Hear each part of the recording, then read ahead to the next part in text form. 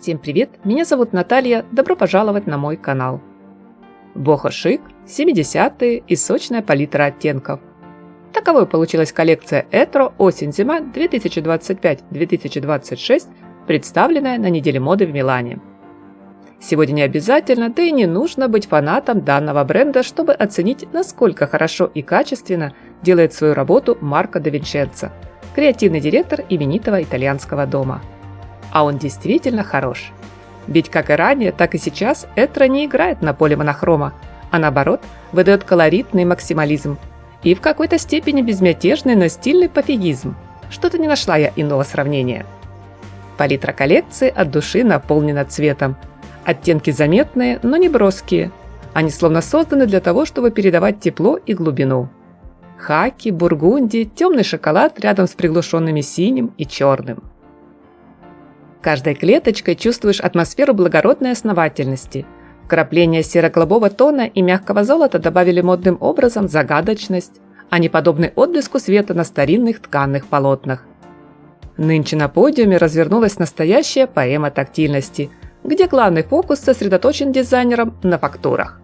Плотная шерсть, кожа, бархат, деним, гладкий кашемир и воздушный шифон. Каждый материал ощущается так реально, словно его можно потрогать даже через экран. В особом почете меховые изделия, которых в гардеробе Etro немного, но они впечатляют масштабами. И если объемной шубой в пол любого из нас не так уж и просто удивить, то огромные шапки-ушанки, которые возвышались над головами моделей до полуметра, действительно произвели на показе фурор. Одним из лучших в коллекции был отмечен стильный образ Алекс Консани. Рекомендую, друзья, не пропустить модный аутфит при дальнейшем просмотре. Это прям восторг. Сочетание меховой шапки с шелковым макси-платьем смотрелось не менее эффектно, чем схожий зрелищный выход Ирины Шейк на презентации линейки бренда Discowear. Сработало на публику там, получилось и тут. Следующий важный момент, конечно же, принты. Ключевой символ марки Etro, узор Пейсли, дизайнер теперь превращает в современный арт-объект. Его увеличенные, почти абстрактные вариации украшают брюки, платья, пальто и словно отсылают к идее бесконечного движения времени. Не менее удивительны и цветочные мотивы в рисунке по ткани. Они были взяты из архивного прошлого бренда. Как комментирует сам Марко де Винченцо: «Моя работа похожа на работу археолога. Я открываю, сдуваю пыль, порой копаюсь до самых корней, а потом выношу свои находки на свет сегодняшнего дня». Отдельной строкой в новой осенне-зимней коллекции стоит отметить вышивку, которая придает характеру образа мифические черты. Она была создана в сотрудничестве с корейской художницей Марией Чон. Зооморфные мотивы, как и естественная цветовая гамма модных нарядов, напоминают здесь о нерушимой связи природы и человека. Сегодня дизайнер не делает сложных экспериментов с конструкцией одежды, силуэты обтекаемые и свободны. Каждый изгиб, каждая деталь говорит о внимании к повседневному комфорту.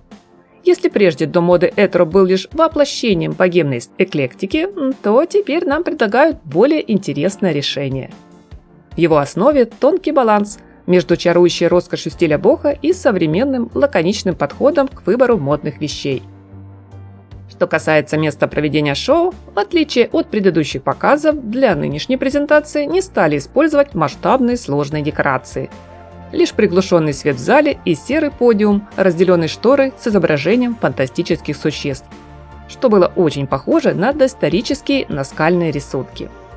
Такой антураж стал отличным контрастом к насыщенной и многослойной эстетике самой коллекции Etro, без лишнего визуального шума. Шоу смотрелось искренне и атмосферно. Ведь мода в исполнении де Винченцо – это не только про актуальные тренды. Это про связь времен и разных культур, про то, как личная история вплетается в ткани, силуэты, цвета. И Марко, без сомнений, умеет говорить об этом красиво, стильно и очень по-настоящему.